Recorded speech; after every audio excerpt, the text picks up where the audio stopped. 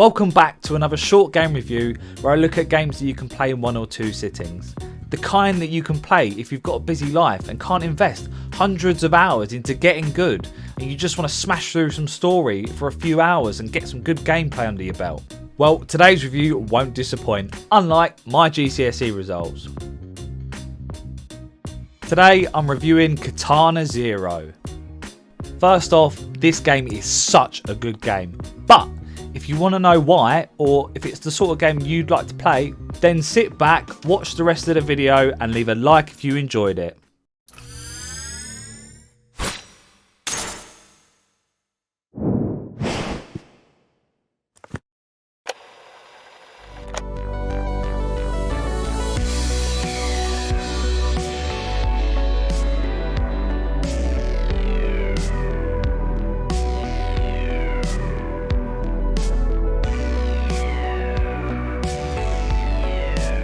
The first two things you notice right away when you jump into Katana Zero is the art style, which is 80s pixel art, and the music, which sounds like it came straight out of the film Drive. Mix these two into a gaming cocktail with hack and slash as the glass, with some added quirky Japanese inspired story around the rim, makes for one hell of a game. The core gameplay is to kill all the enemies in a given side-scrolling area before they kill you. All enemies and you die in one hit, which sometimes can make you feel like you're playing Dark Souls. Katana Zero's gameplay mixed with the soundtrack is crazy fun to play, especially when you get into the rhythm, which I think the developer had in mind when he was making the game.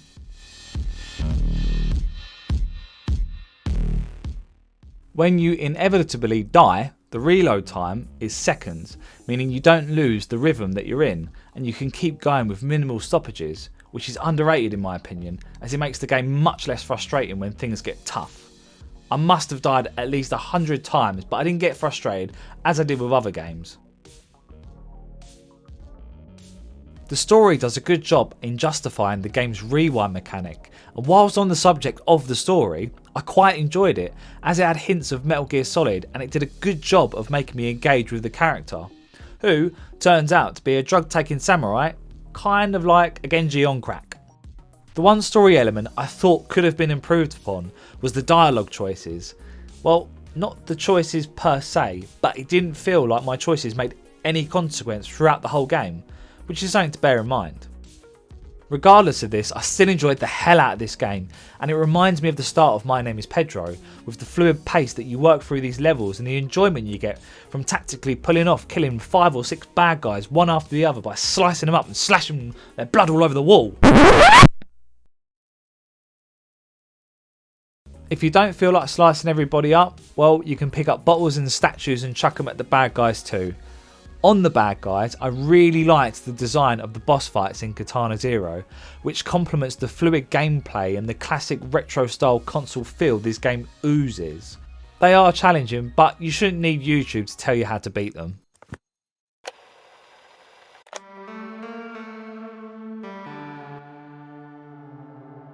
Katana Zero is designed to challenge the player without disrupting the fluid gameplay, which together with the soundtrack creates this samurai slicing rhapsody.